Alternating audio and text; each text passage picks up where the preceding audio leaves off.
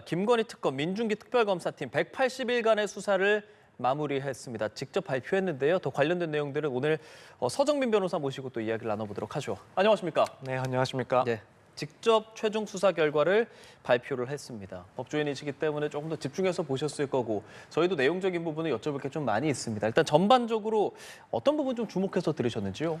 일단 각각의 혐의에 대해서 또 담당을 했던 특별 검사보들이 나와서 사안을 설명을 했습니다. 그리고 이제 뭐 기소한 현황이라든가 사건 수사 결과들을 발표를 하면서 또 한편으로는 이제 부족했던 부분, 혹은 앞으로 이제 경찰이 수사해야 될 부분, 혹은 뭐 입법부가 조금 더 역할을 해야 될 부분까지도 다 세부적으로 나누어서 일단 발표를 했었습니다. 그래서 전반적으로는 이 김건희 특검이 출발을 해서 결국 지금까지의 그 과정은 결국 이제 권력형 비리에 대해서 수사를 해왔던 내용들이라는 점을 한번 또 밝혀졌다는 게 의미가 있었고, 그리고 뭐 일단 내용을 봤을 때도 개인적으로는 김건희 씨와 관련된 그런 중요 의혹들에 대해서 뭐 대부분 많은 사건들의 경우에는 일단 기소로도 넘어갔었고, 또 밝히지 못한 사안이라 하더라도 사실 뭐 의혹들에 대해서는 어느 정도 좀 살펴봤다라고 볼 만한 그런 성과는 있지 않았을까. 그래서 이런 점들을 오늘 조금 확인할 수 있는 그런 브리핑이었다, 이렇게 생각이 됩니다. 네, 오늘 민중기 특검이 김건희 씨가 윤석열 정부 당시에 그러니까 V0, V1보다 높은 V0로서 국정에 개입했다라는 그 점을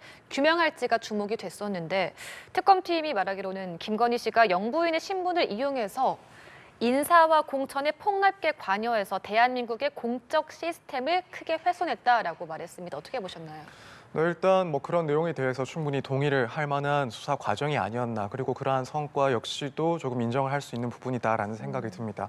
결국에는 지금까지 특검에서 수사를 한 내용들, 그리고 기소한 내용들을 종합을 해보면 이제 김건희 씨가 이제 국정 운영에 있어서도 인사에 개입을 하고, 뭐 심지어는 공천에도 광범위하게 개입했던 그런 정황들이 상당히 보여졌다라고 생각이 됩니다. 그리고 그 영향력을 전제로 해서 이런 비리들이 발생을 했다라고 어느 정도는 좀 뚜렷하게 사실관계들이 확인이 되지 않았나라는 생각이 듭니다. 그래서 일단 이런 의혹들이 이제 법적으로 명확하게 뭐 확인이 됐다거나 혹은 뭐 책임 소재가 확인이 됐다라는 건 아닙니다. 지금 특검에 어떻게 보면 한계라고 볼 수도 있는 것들이 이런 여러 의혹들에 대해서 뭐 전반적인 성격에 대해서는 규정 지을 수 있을 정도로 수사는 했지만, 결국 특검에서 기소를 한 내용들은 이런 점들을 모두 밝혀내기에는 조금 역부족일 수밖에 없지 않았나, 이런 생각이 듭니다. 그래서 뭐 예를 들면은 이제 알선수재 혐의 같은 경우에 뭐 공무원의 업무 관련된 사항을 김건희 씨가 소개를 시켜줬다. 그 대가로 무언가를 받았다. 혹은 뭐 인사청탁들에 대해서 뭐 대가로 명품 선물들을 받았다. 이런 내용들에 대해서는 이제 사실관계를 어느 정도 특검에서 파악을 하고 결국 이제 특가법상 알선수재 혐의로 공소 제기를 했습니다. 사실 뭐 이 점까지만 보더라도 상황을 지켜보는 국민 입장 혹은 뭐 제 입장에서도 당시에 김건희 씨가 국정에 전반적으로 개입을 했다라고 인식은 할 수 있긴 합니다만, 사실 이제 수사가 조금 더 됐더라면, 그래서 이런 청탁이 있었고 금품이 오갔고, 더 나아가서는 그 청탁에 따른 무언가 국정 운영이 있었다, 혹은 인사가 실제로 그렇게 실현이 됐다라는 점까지 입증이 되는 것이 사실은 좀 필요하지 않았을까라고 생각이 됩니다. 만약 그 부분까지 수사가 됐고 명확하게 뭐 특검 입장에서 명확하게 확인이 됐다라고 한다면 뭐 단순히 이제 알선수재 문제가 아니라 뭐 뇌물죄 문제로까지도 끌고 갈 수 있었을 텐데, 그러지 못했다라는 것은 법적으로 그 책임을 규명할 수 있는 수준까지는 수사하는 데 어려움이 있었다라고 보여집니다. 그래서 이 부분은 어느 정도 이제 한계라고 볼 만한 지점이 아닌가, 이런 생각이 좀 들었습니다. 그런 부분은 그럼 어떻게 좀 더 밝힐 수 있겠습니까? 일단 지금 특검에서 오늘 브리핑을 하면서 뭐 예컨대 알선 수재와 관련해서 뭐 거기에 대해 뭐 윤석열 전 대통령의 개입 여부라든가, 혹은 나아가서는 이게 뇌물죄가 성립할 수 있는지 여부에 대해서는 결국에는 한계가 있었고, 이후에 뭐 경찰에서의 그런 수사에 맡겨야 될 사항이다라는 입장을 좀 표현을 했습니다. 뭐 당연히 이제 이 해당 사건들이 뭐 특검이 2차 출발되지 않는다라고 한다면은 경찰에서 수사를 또 맡아서 진행을 해야 될 부분이고, 만약에 2차, 3차 특검이 계속 된다라고 한다면 아무래도 뭐 해당 특검에서 또 이어받아서 수사를 할 부분이라고 보여집니다. 그래서 결국에는 밝혀내지 못한 부분, 그러니까 금품이 전달된 이후에 실제 청탁에 있었던 대로 혹은 알선을 했던 대로 이런 인사 문제라든가 혹은 각종 현안들의 처리가 있었는지, 이 부분은 뭐 수사를 진행을 당연히 해야 될 것이고, 이제 통상 이런 경우에는 관련자들의 진술을 최대한 확보하는 필요가 있다라고 생각이 됩니다. 그래서 관련 현안에 관해서 뭐 업무를 담당했던 그런 관계자 혹은 뭐 공무원 이런 사람들의 진술을 확보하는 것이 상당히 중요하지 않나라는 생각이 듭니다만 사실 좀 뭐 지금 미리 섣불리 예측하는 걸 수도 있긴 한데 수사가 상당히 쉽지는 않을 것이다라는 생각이 들긴 합니다.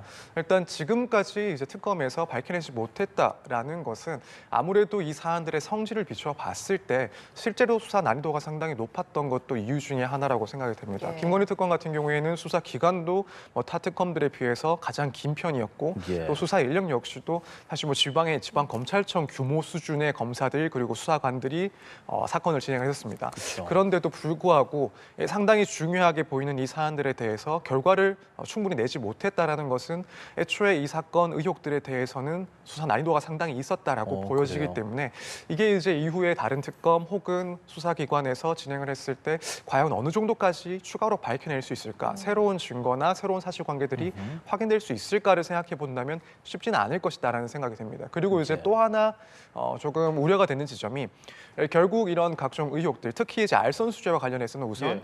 며칠 전에도 이제 김건희 씨에 대해서 추가적인 기소를 했습니다. 맞아요. 예. 이제 그리고 이 사실관계들이 결국 이제 우리가 갖고 있는 의혹, 그러니까 이게 단순히 알선 수재가 아니라 뇌물죄에 해당하는 것 아닌가, 이 점이 결국은 수사 대상이 될 건데 만약에 이제 경찰 혹은 뭐 다른 특검에서 이 부분을 진행을 한다라고 했을 때 일단 강제 수사에 조금 어려움이 있기도 할 것이고 나아가서는 추가적인 사실관계들이 밝혀졌을 때 과연 그럼 현재 진행 중인 이 김건희 씨에 대한 사건에서 이 공소장 내용을 변경할 수 있을 것이냐, 이 알선 수재 혐의에서 뇌물죄로 뇌물로. 이 공소장을 변경하는 것이 법리적으로 가능할 것이냐, 여기에 대해서도 조금 검토가 필요하지 않나.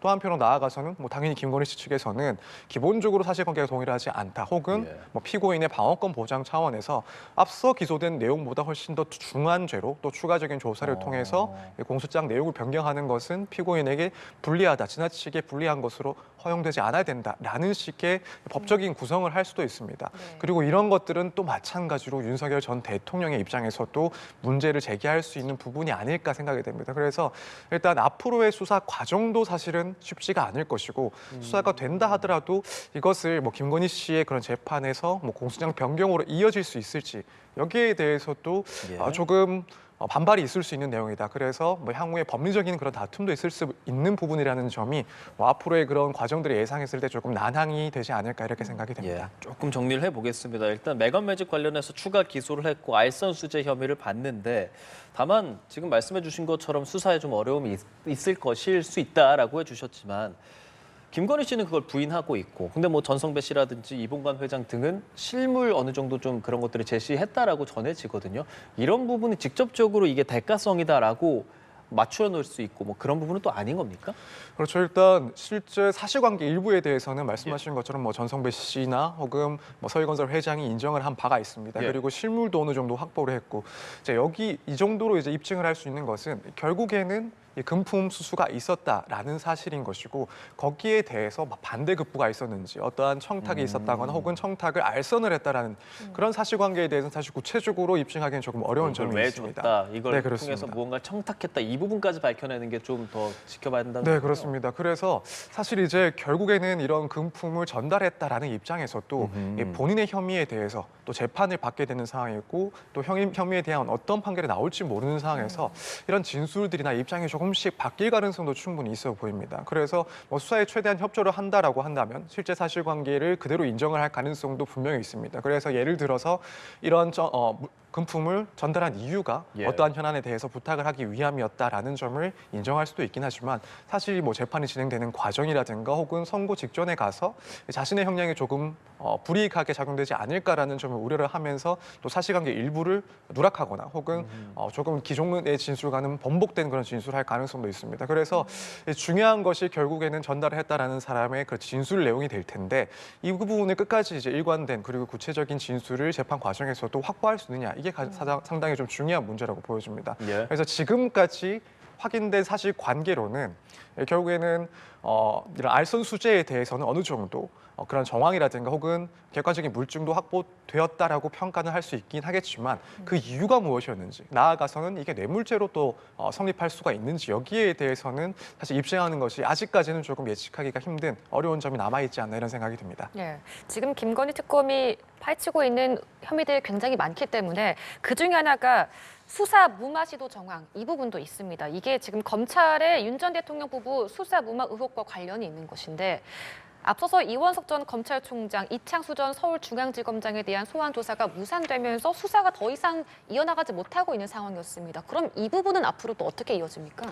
네, 이 부분도 사실 뭐 어떤 한계 중에 하나라고 봐야 될 것 같습니다. 예. 이제 말씀하신 것처럼 지금 김건희 씨와 관련된 그런 의혹이 크게 또 제기됐던 부분, 그리고 뭐 국민적인 관심사가 상당히 컸던 부분 중에 하나가 과거에 뭐 도이치모터스 주가 조작 의혹과 같은 그런 사건에 있어서 검찰이 뭐 다른 관계자들에 대해서는 수사 그리고 기소까지 이어졌음에도 불구하고 이제 윤석열 전 대통령의 부인인 김건희 씨에 대해서는 이 수사 혹은 뭐 기소가 이루어지지 않았다라는 점이 네. 상당히 큰 의혹 중에 하나였고, 또 실제로 이제 특검의 수사 과정에 있어서도 뭐 예컨대 김건희 씨가 본인의 사건이 어떻게 진행되고 있는지에 대해서 박성재 전 법무부 장관에게 물어보는 듯한 그런 문자 메시지도 확인이 됐기 때문에 그 의혹이 더욱 크게 불거졌었습니다. 하지만 이제 주요 그 지휘 라인이 특검의 소환 요구에 불응을 하면서 사실상 뭐 시간적인 한계도 마찬가지로 영향을 미쳤고, 사실상 이 의혹에 대해서는 밝혀내지 못했다라고 보는 것이 맞는 것 같습니다. 그렇다면은 뭐 이 부분에 대해서도 당연히 이제 추가적인 수사는 뭐 예컨대 추가 특검이라든가 혹은 경찰에서 수사를 해야 될 부분이라고 생각은 그렇죠. 됩니다. 다만 이제 이 부분 역시도 사실 수사를 하는데 상당히 좀 어려움들이 좀 예상이 되는 예. 지점입니다. 일단 지금 문제되는 것들이 결국에는 검찰에서 수사를 제대로 했느냐 하지 않았느냐, 고의적으로 이 수사를 무마시키려 했느냐, 외부의 개입이 있었느냐, 이런 부분인데, 일단 이 의혹 자체, 그러니까 이 문제 자체는 결국에는 검찰의 수사 대상에 대해서 재량권은 어느 정도까지 인정할 수 있을지, 이 부분이 좀 중요해 보입니다. 당연히 수사기관으로서는 뭐 해당 사건의 여러 관련자들에 대해서 어떤 사람에 대해서는 조금 더 구체적인 수사를 진행을 하고, 어떤 사람에 대해서는 뭐 단서가 조금 부족하다는 판단하에 수사가 미뤄지거나 혹은 늦춰질 수도 있습니다. 그러니까 수사의 그런 재량권을 생각을 한다면 예. 직무유기라든가 혹은 직권남용이 성립하기가 쉽지 않은 영역이기도 합니다. 뭐 이 점은 당연히 앞으로 수사가 진행이 된다면 이제 이 의혹이 제기된 그런 관계자들 입에서도 나올 만한 그런 이야기들이고요. 그래서 일단 사건의 그런 본질적인 측면에서 이 수사의 재량권을 넘어서 그것을 일탈하고 뭐 봐주기 수사, 직권남용, 뭐 직무유기가 인정이 되는지 법리적인 부분이 상당히 좀 까다롭게 검토가 돼야 될 부분이다라고 보여집니다. 또 한편으로는 아무래도 이제 뭐 검찰 지휘 라인이고 또 혹은 뭐 주요한 그런 검사들에 대한 수사가 진행이 돼야 될 사안이다 보니까 당연히 이제 출석부터 상당히 좀 쉽지가 않을 것이다. 특히나 이제 형사 사건에 있어서는 뭐 누구보다도 전문가인 검사들에 대해서 의혹이 제기된 사건들이기 때문에 예. 사실 소환 조사 역시 특검에서 봤던 것과 마찬가지로 그것이 상당히 쉽지는 않을 것이다. 그렇다고 해서 이 강제적인 수사를 돌입하기에도 상당히 좀 껄끄러운 부분이 있고, 이런 점들이 뭐 강제적으로 진행이 되려면 앞서 말씀을 드렸던 이런 의혹에 대해서 법리적인 다툼을 상당히 좀 해소를 할 수 있을 정도로 수사가 진행이 돼야 되는데, 그건 역시도 쉽지가 않다 보니까 사실 뭐 소환 조사에 응하지 않았을 경우에 어떤 절차를 밟아 나갈지, 이런 부분도 상당히 좀 민감하고 또 현실적인 어려움이 될 수 있을 것 같습니다. 그래서 지금까지 상황을 봤을 때 이런 부분에 대한 조사는 당연히 뭐 경찰이나 혹은 특검에서 또 진행이 돼야 될 내용이긴 한데, 한 단계 한 단계 좀 신중하게 파악을 하고 해야 될 그런 내용들이 아닐까라고 생각이 됩니다. 저희가 이제 보도를 해드리는 입장에서 계속 뭐 기소한다, 수사한다라고 했을 때는 그냥 진행되는구나라고 생각했었는데, 말씀 들으니까 좀 현실적인 상황에서의 어려움들도 있는 것 같고, 그럼 앞으로 이제 경찰이 또 집중적으로 수사하게 될 것 중에 하나가 사실은 뇌물수수 혐의가 될 수 있지 않습니까? 특히나 이제 가장 많이 좀 언론에서 집중하는 것 중에 하나는 이제 김기현 의원 관련해서 뭐 가방을 전달했다, 이런 부분이 될 텐데, 근데 이것 역시도 아까 계속 얘기하는 것처럼 대가성을 입증하는 것, 그 부분은 또 어려움이 있지 않습니까? 그렇습니다. 지금 김건희 씨가 무언가를 받았다, 금품을 받았다라는 혐의에 대해서 이제 뇌물죄로 기소가 된 건들이 없습니다. 결국에는 알선수재, 그러니까 공무원의 그런 업무에 대해서 무언가를 소개를 하고 그 대가로 이제 금품을 받았다 정도까지만 입증이 됐기 때문에 특가법상 알선수재로만 기소가 됐습니다. 예. 그렇기 때문에 지금 말씀하신 것처럼 이 뇌물죄로 이 사안을 포섭시키기에는 그 직무 관련성 그리고 대가성까지도 입증을 해야 되고 나아가서는 이제 김건희 씨는 또 공무원이 아니다 보니까 공무원인 윤석열 전 대통령이 이러한 사실을 알고 있었는지 그리고 어떠한 청탁이 있었는지까지도 알고 있었는지 이 부분까지 입증을 해야 됩니다. 그러니까 김건희 씨의 문제뿐만 아니라 윤석열 전 대통령과의 그런 관련성 그래서 이 공범 관계까지도 입증을 해야 되는 상당히 좀 난이도가 높은 수준의 그런 수사를 요하는 지점들입니다. 그렇기 때문에 지금 이제 앞으로의 재판에서 일단 금품 수수 사실까지 인정이 된다 하더라도 그 대가성을 입증하거나 혹은 대가성이 파악이 돼서 이 뇌물죄로 이 사안을 좀 진화시키는 것은 상당히 좀 어려운 지점이 아닐까. 그래서 이번 특검 브리핑에서 나온 이야기가 이런 현실적인 법률상의 그런 어려움들이 특검 쪽에서는 상당히 좀 의견에 피력을 했습니다. 이제 김건희 씨 같은 경우에는 대통령의 영부인으로서 공무원의 지위에 있지 않기 때문에 이제 이 뇌물죄로 의유를 해서 수사를 진행하는 것도 어려움이 있었고 그래서 어쩔 수 없이 특가법상 알선수재 혐의로 적용을 한 것이고 또 한편으로는 이제 부정청탁 금지법을 적용시키려고 했지만 그럼에도 불구하고 이 배우자에 대한 또 처벌 규정은 없는 사항이고 그렇기 때문에 특검 입장에서는 적용할 수 있는 규정은 이 특가법상 알선수재밖에 없었다. 그리고 알선수재 혐의 같은 경우에는 법정형 자체가 이제 5년 이하이다 보니까 특검에서는 이 점을 입증했다고 하더라도 이 구형 자체를 많이 높일 수가 없는 그런 구조였습니다. 그렇기 때문에 이 부분에 대해서는 이 법적인 그런 미비점 역시도 특검에서는 좀 언급을 했던 사항으로 보입니다. 그래서 입법자들에게 이런 부분들에 대한 검토를 조금 맡기는 모습도 이런 현실적인 어려움이 있었기 때문에 오늘 브리핑에서 나온 게 아닐까라고 생각이 됩니다. 그 현실적으로 그 가방 전달하고 그런 부분에 있어서 뭐 메모가 있었다. 대통령님과 영부인께서 뭐 곁에 있어서 힘이 돼줬다. 뭐 이런 정도가 사실 보도로는 전해지고 있거든요. 이런 부분을 통해서 앞으로 경찰은 또 어떤 방향으로 수사를 진행하겠습니까? 일단 지금 윤석열 전 대통령 같은 경우에는 의혹이 계속 제기가 돼 있긴 했지만 지금 김건희 특검에서는 이런 뇌물 수수와 관련된 혐의에 대해서는 기소를 하지 못한 상황입니다. 그렇기 때문에 아마 경찰 입장에서는 이제 윤석열 전 대통령에 대한 이 금품 수수와 관련된 의혹들에 대해서 상당히 좀 수사력을 집중하지 않을까라는 생각을 일단 할 수가 있을 것 같습니다. 그렇다면 결국에는 특검에서 확보하지 못했던 그런 주요 진술 증거들을 확보하는 것이 경찰 입장에서 상당히 좀 중요한 그런 대상이다, 수사 대상이다라고 볼 것 같습니다. 그래서 말씀하신 것처럼 의혹이나 혹은 정황들에 대해서는 꾸준히 언론을 통해서도 나온 사항이긴 한데 일단 김건희 특검의 입장에서는 이런 점들이 충분히 기소에 이를 정도로 입증될 만한 그런 증거들로 쌓이지는 못했다라는 평가를 한 것 같습니다. 그렇다면은 일단 지금까지의 수사 상황을 넘겨받은 경찰 입장에서는 이걸 토대로 해서 추가적인 증거, 특히 진술 증거를 확보하는 것이 가장 중요한 그런 사안이다라고 볼 것 같습니다.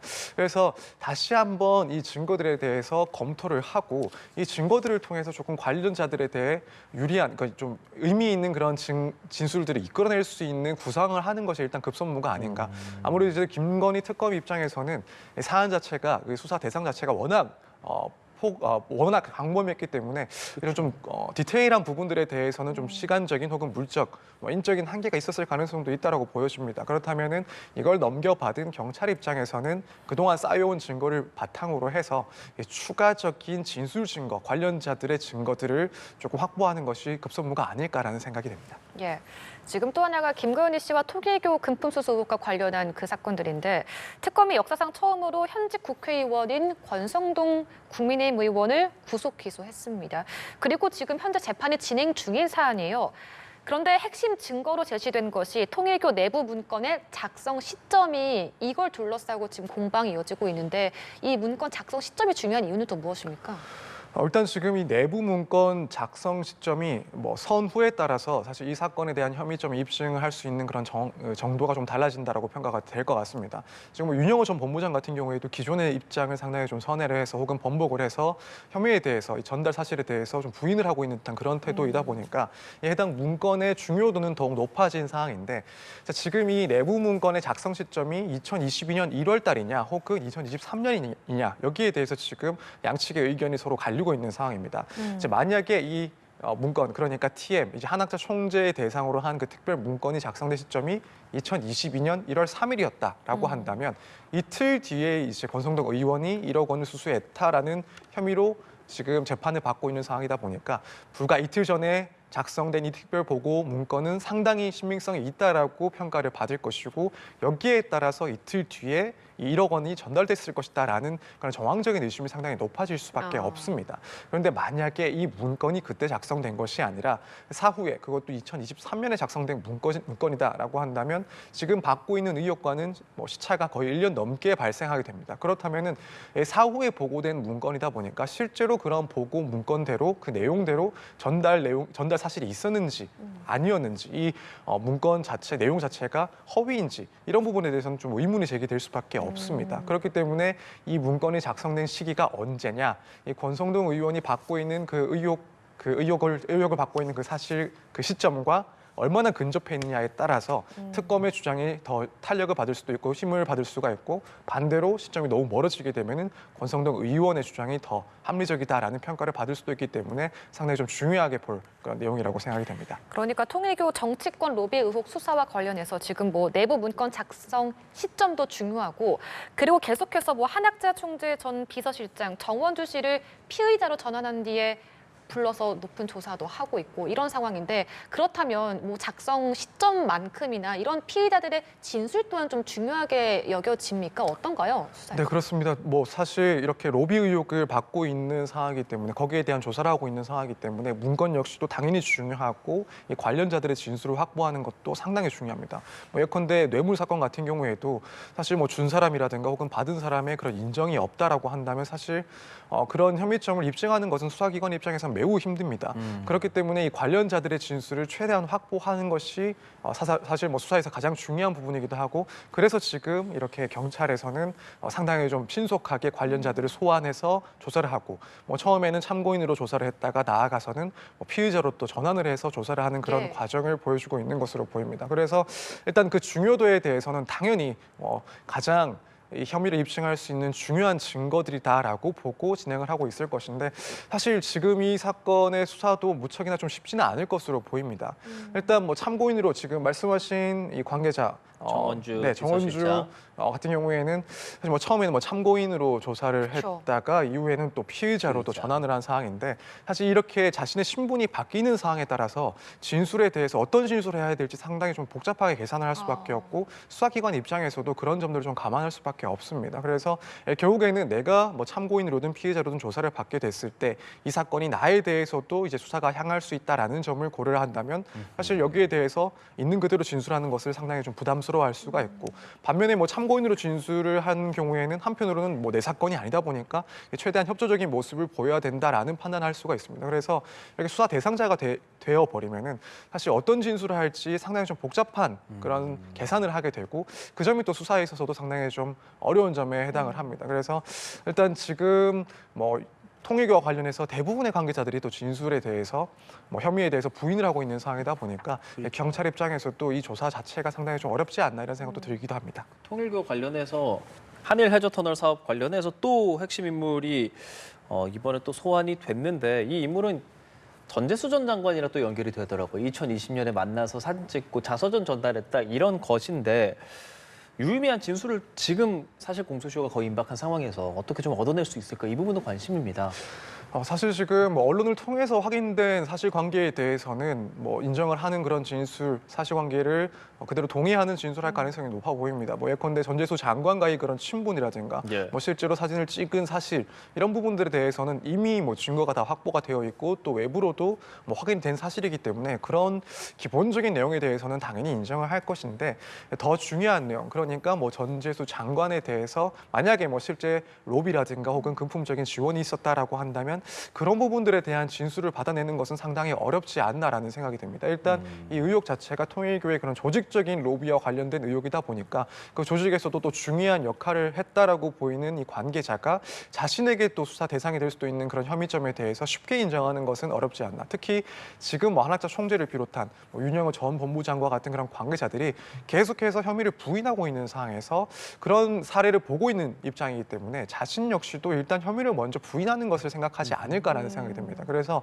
현 시점에서는 사실 뭔가 혐의를 인정하는 듯한 그런 진술을 확보하는 것이 상당히 어렵지 않을까. 사실 이 부분은 경찰 입장에서도 어느 정도 감안을 하고 수사를 시작하지 않았을까라는 생각이 듭니다. 그래서 가능하면은 혐의를 인정하는 그런 수사 과정이 그런 수사 결과를 받아낼 수 있다면 제일 좋았겠지만 그것보다도 어쨌든 지금까지 이 통일교의 그런 의혹과 관련된 수집된 증거들을 토대로 해서 질문을 했을 때 인정을 하지 않는다 하더라도 뭔가 사실관계가 모순되는 그런 진술들을 포착하는 것을 더 신경 쓰지 않았을까. 만약 사실관계와 배치되는 모순되는 진술들이 연이어서 나타난다라고 한다면 그걸 토대로 해서 추가적인 그런 진술들을 이끌어낼 수가 있고 그렇다면 혐의에 조금 더 가까워질 수 있는 그런 구조가 될 수 있기 때문에 사실은 혐의 인정하는 것을 기대한다기보다는 뭔가 사실관계와 모순되는 그런 진술을 조금 포착하기 위해서 노력하지 않았을까 이런 생각이 됩니다. 예.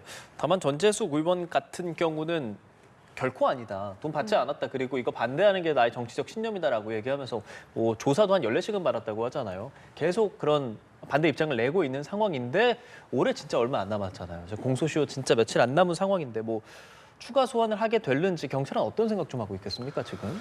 일단 추가 소환 자체는 전제를 하고 있지 않을까라고 생각이 듭니다. 다만 이제 그 시점에 대해서는 상당히 좀 고민을 하고 있을 상황으로 보입니다. 말씀하신 것처럼 이제 정치자금법 위반으로 사건을 정리를 한다라고 한다면 공소시효가 임박을 했기 때문에 그렇죠. 그걸 따지자면은 사실 전재수 전 의원에 대해서는 며칠 안이라도 소환 조사를 해야 되는 그런 상황인 것도 분명합니다. 다만 이제 그럼에도 불구하고 워낙 이제 정면으로 이 혐의에 대해서 강력하게 부인을 하고 있는 상황이다 보니까 그렇죠. 수사기관 입장에서는 이러한 혐의점에 대해서 어느 정도 반박할 수 있는 그런 수사 상황들이 뭔가 펼쳐져야 그때 가서 소환을 할 필요성이 있다라는 판단을 하고 있을 것 같습니다. 그런데 지금까지 나온 상황을 봤을 때는 이 전재수 의원의 입장을 정면으로 부인을 할 만한 혹은 탄핵할 만한 그런 사항들이 딱히 수사기관의 입장에서도 포착이 되지 않은 것 같습니다. 그렇기 때문에 상당히 좀 그 시점에 있어서 고민을 하고 있지 않나. 물론 경우에 따라서는 사안에 따라서는 단순히 정치자금법 위반 문제가 아니라 뇌물 혐의로 이제 사안을 조금 더 넓게 포섭을 시켜서 공소시효도 조금 더 여유 있게 사건을 진행할 수 있는 그런 구상도 할 수는 있습니다만 일단 가장 중요한 것은 앞서 1차 조사에서 부인을 해온 상황이고 그렇다면은 추가적으로 뭔가 이 부인을 뒤집을 수 있을 만한 혹은 정면으로 조금 반박할 수 있을 만한 증거를 충분히 수집하기 전에는 이 의원을 전재수 의원을 좀 소환하는 것은 상당히 좀 어렵지 않나 이런 판단도 하고 있을 것 같습니다. 그렇기 때문에 계속해서 좀 신속한 조사들을 나가고 있는 상황이 아닐까 이렇게 생각이 됩니다. 네. 그래서 민중기 특검이 사실 헌정 사상 처음으로 전직 영부인을 공개 소환하고 또 기소까지 이끌어낸 이런 성과도 분명히 있었습니다. 다만 아직 결론을 내지 못한 사건들도 많은 부분이고 또 어떻게 보면 양평 고속도로 노선 변경 특혜 의혹, 삼부토건 주가 조작 등 굵직한 의혹들에 대해서 이걸 파헤치는 것까지 성공했지만 이것이 과연 김건희 씨와 연관이 있느냐 이 부분까지는 아직 나오지 못했거든요. 그렇다면 이 부분에 대해서 민중기 특검에 대한 입장은 좀 어떻게 들으셨어요? 일단 이런 굵직한 의혹들에 대해서 기소하지 못한 점에 대해서는 이제 민중기 특검은 형사 재판에서 유죄를 이끌어낼 만큼 그런 증거라든가 혹은 시간들이 부족했다라는 입장입니다. 사실 이런 부분에 대해서도 충분히 좀 어느 정도 저는 개인적으로 수긍을 할 만한 그런 해명이다라고 생각을 하고 있습니다. 예. 의혹 자체는 무척이나 크고 또 중요했지만 결국엔 특검에서는 수사를 통해서 기소를 해야 되는 것이고 또 나아가서는 거기에 따른 형사적인 책임까지 낼 수 있는 건들에 대해서 수사와 또 기소가 이어져야 됩니다. 하지만 이 의혹들에 대해서는 사실 그 성질을 봤을 때는 아무래도 좀 밝혀내기 어려운 점들이 있지 않았을까라는 생각이 듭니다. 그렇기 때문에 일단 어떤 점들이 좀 더 밝혀지지 못했나를 조금 생각을 해보면 예컨대 양평 고속도로 특혜 의혹과 관련해서 실질적으로 이제 김건희 씨 측에서의 그런 명시적인 외부 개입이 있었는지 혹은 금전적인 이득이 명확하게 밝혀졌는지 이런 부분들이 사실 조사가 조금 어려움이 있지 않았을까라는 네. 생각이 들고 또 한편으로는 삼부토건 주가 조작 의혹과 같은 경우에도 여기에 대해서 의심점이야 충분히 있다 하더라도 실질적으로 김건희 씨나 혹은 그 밖에 관계자들이 특별한 이익을 얻었다라고 볼 만큼 수사가 진척되기는 상당히 어렵지 않았나. 그래서 이런 점들이 밝혀지지 않은 이상 강한 의혹이 있다 하더라도 기소에는 뭐 좀 이르지 못할 수밖에 없었다라는 점이 좀 어느 정도는 이해가 됩니다. 다만 이제 그럼에도 조금 아쉬운 부분은 분명히 이제 특검 입장에서는 그 인력이 상당히 좀 많은 편이었음에도 불구하고 이런 중요한 의혹들에 대해서 여기서 멈춰야 됐다라는 점에 대해서는 사실 뭐 아쉬운 점도 없지는 않다라고 개인적으로는 평가를 하고 있습니다. 그렇죠. 뭐 수사 기간 등에 대한 그런